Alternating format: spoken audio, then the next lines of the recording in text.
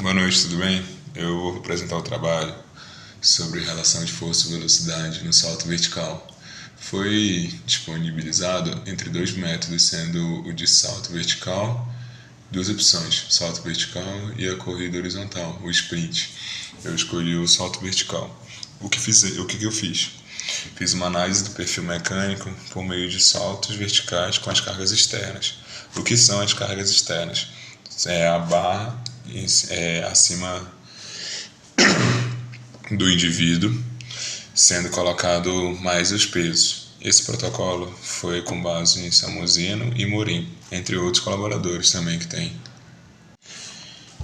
Agora a gente vai dar andamento.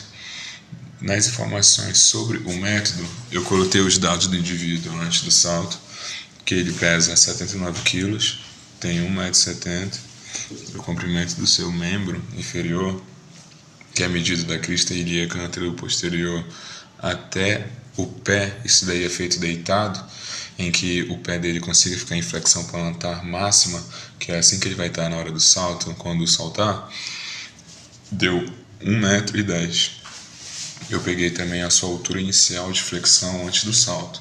É quando, que nem nessa foto, realiza a sua flexão total até transformar numa força concêntrica para realizar o salto. Então, falando legalmente, é quando ele desce o máximo que ele conseguir antes de subir o máximo. Peguei também a distância do seu impulso, que é dada também pelo sistema, é 0,44 metros. No protocolo de avaliação, o voluntário ele realizou 9 saltos. Foi dividido em 3 blocos, em que o primeiro bloco consistia só apenas a barra, que pesa 10 kg. No segundo bloco, eu acrescentei 6 kg mais a barra. E no terceiro, eu coloquei 12 kg mais a barra, colocando essa carga externa sendo uma carga externa que aumenta, sendo progressiva, de acordo com o que vai fazendo os testes. Então, nas primeiras tentativas foi 10, na segunda foi 16 e na terceira foi 22. O indivíduo ele tem cerca de mais ou menos 1 ano de treinamento já de musculação, já é acostumado a fazer agachamento, porém na parte da consulta, na entrevista antes de realizar o salto, ele relatou que estava com dores no joelho, estava com dificuldade um pouco em relação a isso, que pode prejudicar se for colocada muita carga, e por isso que eu coloquei menos carga do que ele poderia no normal aguentar, né? Já que ele já tem 1 ano de treinamento já de musculação. Passando para o próximo slide, eu coloquei sobre a altura do salto pela sua condição de carga. O que significa? O resultado que a gente está vendo nesse gráfico é o esperado. Conforme vai se aumentando a carga, vai diminuindo a altura do salto. Quando colocou a carga de 10 kg, só a barra, ele pulou cerca de 0,32 centímetros.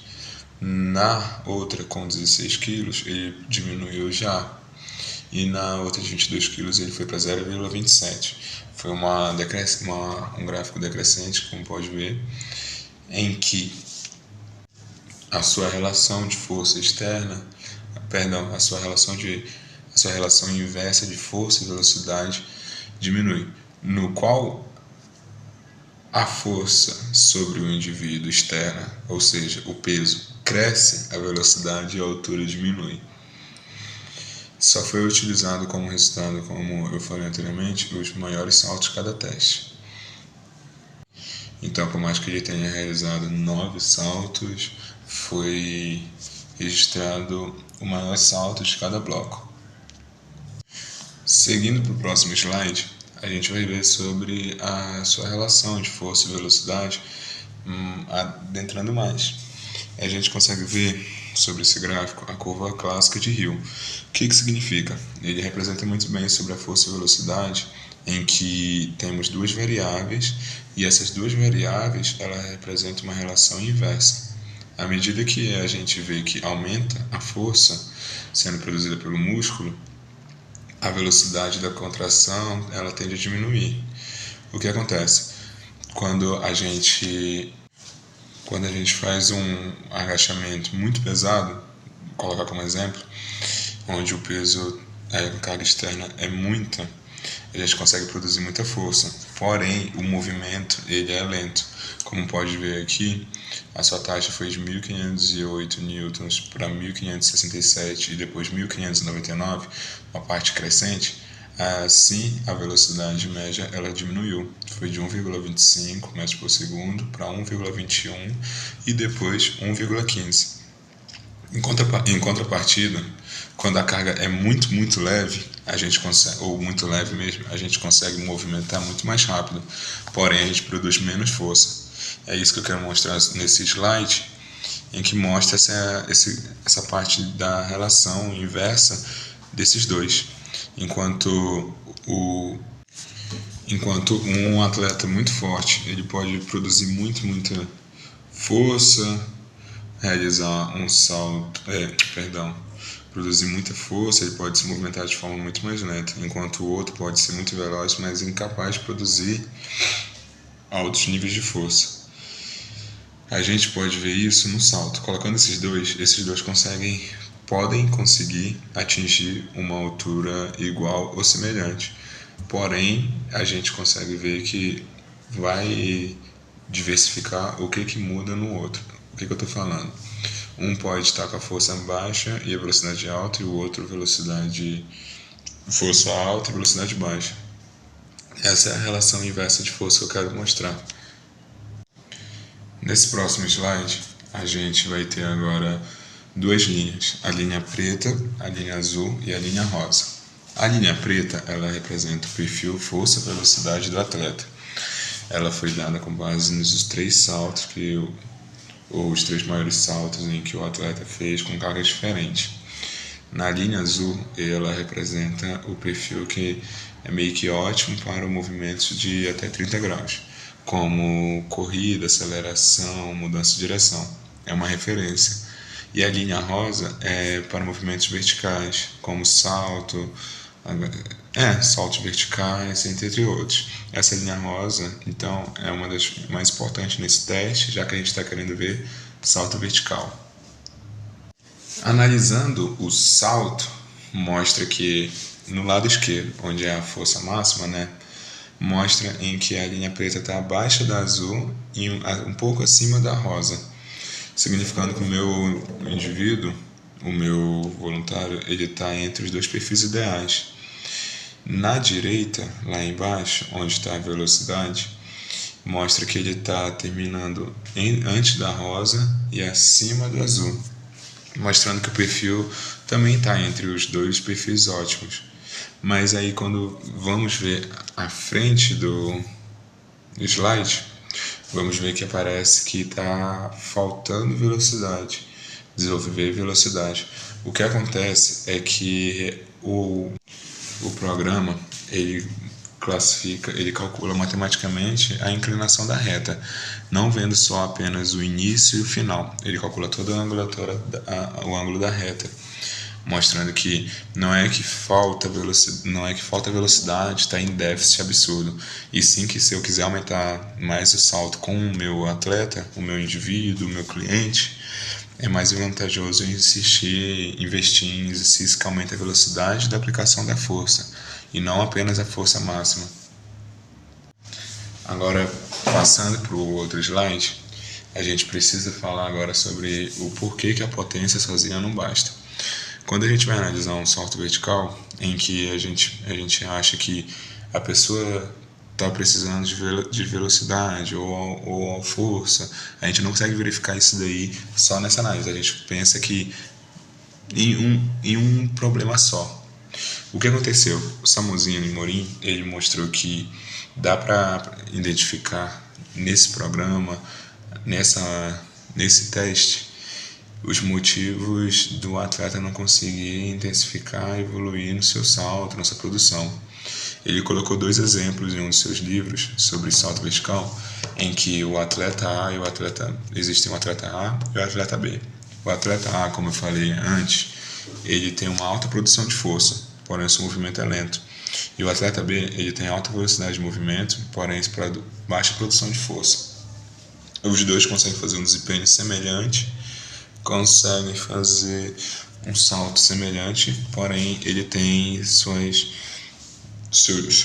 causadores, os motivos do salto diferentes, as suas limitações mecânicas distintas, em que um precisa de um movimento, se quiser evoluir, um movimento mais rápido, uma velocidade, enquanto o outro mais produção de força. É isso com esse programa e com essa análise de estudo a gente consegue perceber e verificar em cada cliente, voluntário, indivíduo. Aí a gente consegue também pegar as estratégias de treinamento diferentes para cada um. Então, a potência sozinha não basta, precisa verificar o que necessita cada um. E aí vamos para o outro slide que fala sobre o perfil do indivíduo avaliado. O que mostra para a gente? O perfil do indivíduo avaliado mostrado pelo sistema mostrou em que o atleta possui uma boa capacidade de produção de força, uma boa capacidade de produção de velocidade, porém ele há um déficit de força no qual ele necessita de um protocolo de treinamento, de intervenção voltado para a produção de força.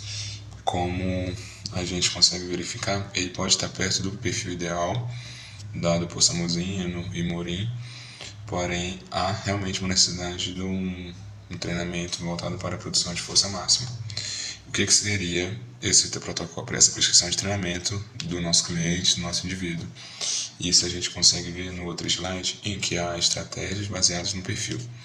Esse treinamento voltado para a produção de força a gente tem como base também, de acordo com o American College of Sports Medicine, que fala sobre treinamentos com, pode ser agachamento, supino, levantamento de terra, desenvolvimento, remadas, em que há uma necessidade de carga alta de 80% ou mais de um RM, uma repetição máxima, de 2 a 6 repetições por série, e a série podendo ser de 2 a 3, podendo chegar a 3 a 6 em níveis avançados.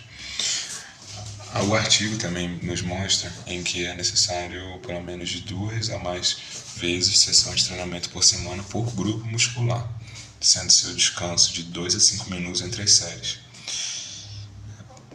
De acordo com o artigo, a velocidade também não é muito importante, a execução sendo controlada com intenção de força, indo normal sem ir muito devagar ou necessariamente muito rápido, consegue ganhar também igualmente produção de força. Não sendo necessário de alto volume para poder fazer a produção de força, as cargas altas são realmente o principal estímulo que o atleta vai precisar, o indivíduo e o cliente.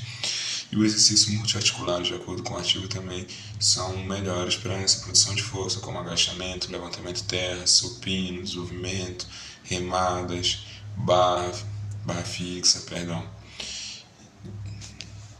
não sendo realmente necessário falhar, em que de 1 até 3 RI pode ser para uma produção de força, sendo um RM também muito eficaz. Então concluímos que a individualização é a chave do desempenho. O que acontece? Nós pegamos um indivíduo em que era necessário saber no seu salto vertical, por meio do seu salto vertical, a sua produção de força e sua produção de velocidade. E com isso a gente conseguiu ver em que há um déficit de produção de força, que o perfil força e velocidade ele identifica a sua limitação mecânica específica de cada atleta, indo além da altura do salto ou da potência isolada. Então, a gente necessita de uma prescrição individualizada em vez de programas genéricos, em vez de inteligências especiais, em vez de treinos básicos querendo abranger grandes pessoas. A capacidade do treinamento individualizado é um diferencial também do nosso curso. A contribuição do Samozino e Morim sobre esse estudo é imprescindível, em relação em que mostra que atletas com desempenhos semelhantes, iguais, eles podem ter necessidades completamente diferentes, como foi mostrado na apresentação. Com isso a gente consegue finalizar o trabalho sobre a relação de força e velocidade. Muito obrigado. E essas são as referências utilizadas para fazer o trabalho.